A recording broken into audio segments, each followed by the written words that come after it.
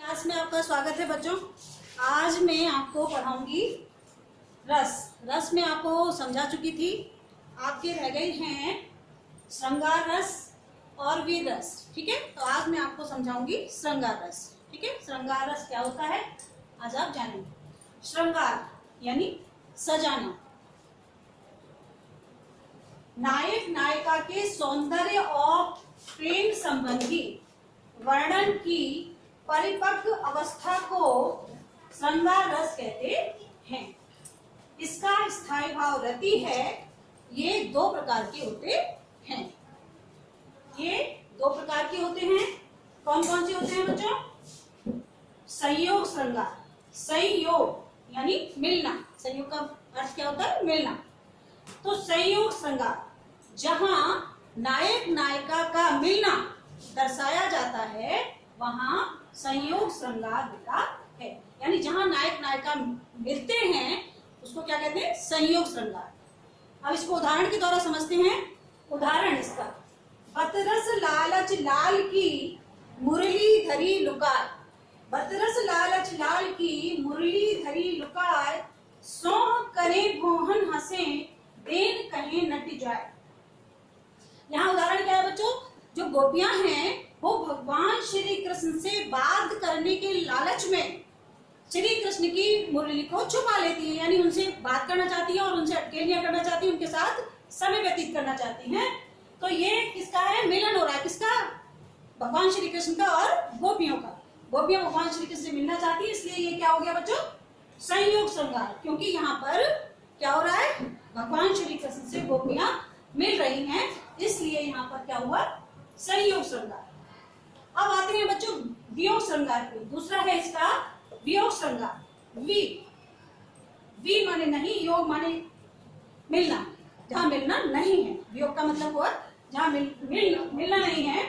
तो वियोग श्रृंगार जहां नायक नायिका का बिछुड़ना यानी अलग हो जाते हैं, परदेश चले जाए, कहीं भी चले जाए यानी अलग हो जाते हैं, वहां पर क्या होता है? वियोग श्रृंगार। और एक बात और जान ले बच्चों कि वियोग श्रृंगार को विप्रलंब श्रृंगार भी कहते हैं। विप्रलंब श्रृंगार भी वियोग श्रृंगार ही होता है। इस पे आप कंफ्यूज ना हो, कभी कभी विप्रलंब श्रृंगार के नाम से भी ये आता है परीक्षा में। तो वियोग श्रृंगार क्या होता है? जहां नायक नायिका का बिछुड़ना दर्शाया जाता है वहां वियोग श्रृंगार होता है। इसे विप्रलंब श्रृंगार भी कहते हैं। अब इसे हम उदाहरण से समझेंगे। उदाहरण क्या है? निस दिन बरसत नैन हमारे, सदा रहित पावस ऋतु हम पे, जब से श्याम सिधारे। निस दिन यानी यहाँ भगवान श्री कृष्ण कहाँ चले गए बच्चों? मथुरा चले गए हैं गोपियों को छोड़ के।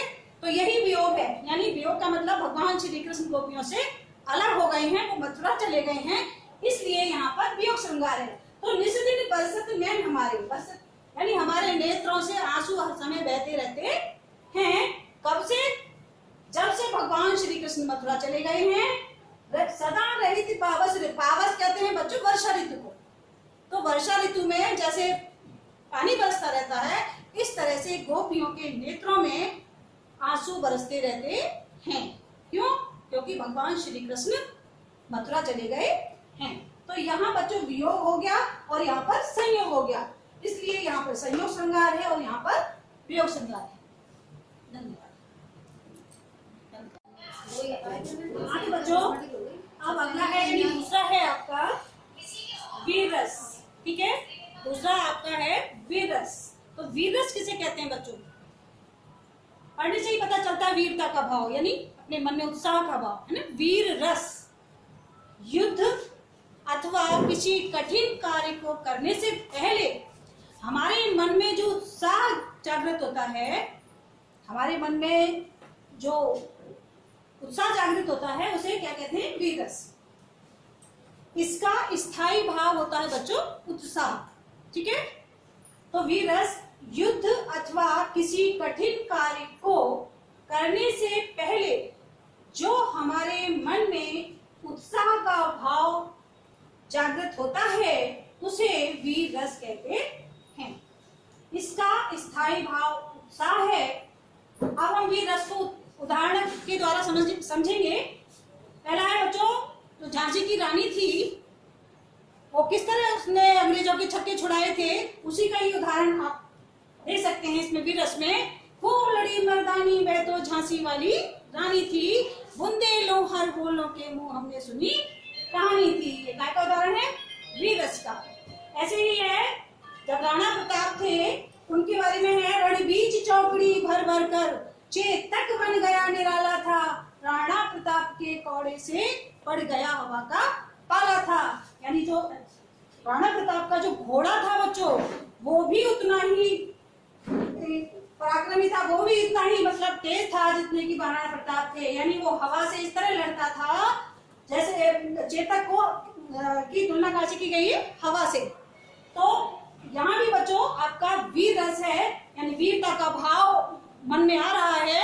रण बीच चौकड़ी भर भर कर चेतक बन गया निराला था, राणा प्रताप के कौड़े से पड़ गया हवा का पाला था।